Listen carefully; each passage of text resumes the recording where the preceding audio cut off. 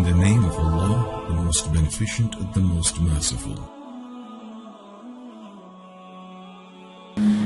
My journey to Islam started when a couple of friends of mine, they wanted to take me to the mosque. I was hanging out with a lot of people that were Muslim. They didn't behave as Muslims, but they were Muslim. So the first initial group. And then alhamdulillah, I met a sister that is still very near and dear to me. And she actually took me to the masjid, alhamdulillah.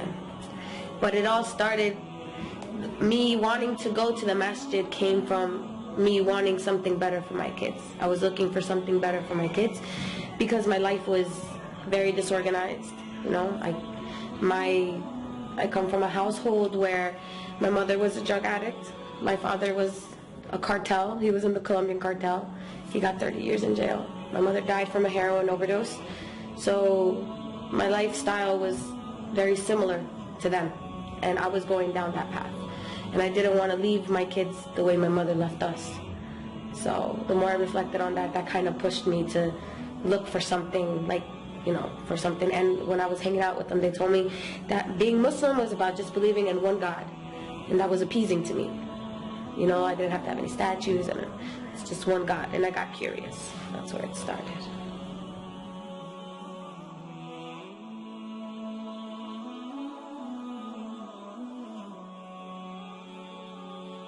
The rest of my family did not react in a positive way to me being Muslim. It wasn't so much me saying La ilaha illallah that bothered them, because they're not Catholic to the sense where they're constantly in the church, or, you know, they just go to church when it's the palms or the ashes. But it was my attire that disturbed them, and the things that I changed. I no longer was Natalie that came in with the coronas and was like, hey, party over here, you know. I was now Natalie who was like, Assalamu alaikum, how are you? And they're like, they didn't understand when I didn't want to go to a barbecue because they had pork. They didn't understand when I didn't want to go because they were drinking. They didn't understand that I didn't celebrate birthdays and that I wasn't going to celebrate a birthday. So, and they didn't understand how a person that was so fond of her 6-inch heels and her little dresses and her hair, I'm talking about extensions, eyelashes, nails, everything. They didn't understand how a person like that can turn into this. So they didn't recognize. One Christmas I went to visit them and they literally slammed the door in my face. They didn't recognize who I was. My cousin looked at me and was like, what the? So they didn't have a good reaction at first. But alhamdulillah, with time, they, you know, they came to accept it. It's just something you have to push through. You have to push through it, and eventually if you hold on to it hard enough, they'll accept it.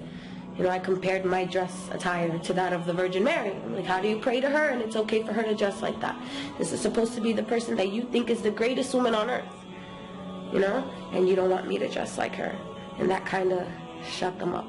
And then after reflecting, I guess, for a while, they realized, they're like, well, you know what, if this means you're not leaving the house drunk, and they're not calling us to tell us you drove yourself into a tree, or that you're high, or whatever, then we like you like this. So they don't like it. So one of my sisters doesn't speak to me to this day, but alhamdulillah, they accept it.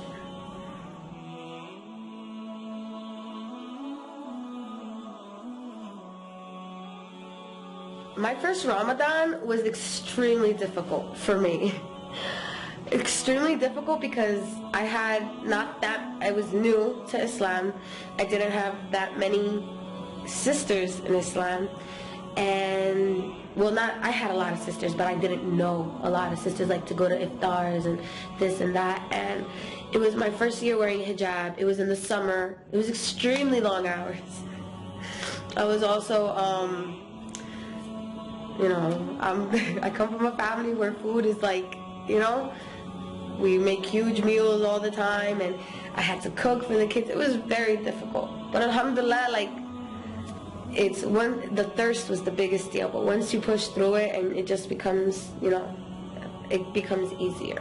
But the good thing is that the satisfaction you get when you do break your fast, of knowing that you accomplished it, and, you know, being there, what helped me was when I started to get with the sisters, you know, surround myself with these sisters. And, like, the bond you create with these sisters, that helped a lot too. calling each other, how are you doing? How's it going? I'm thirsty.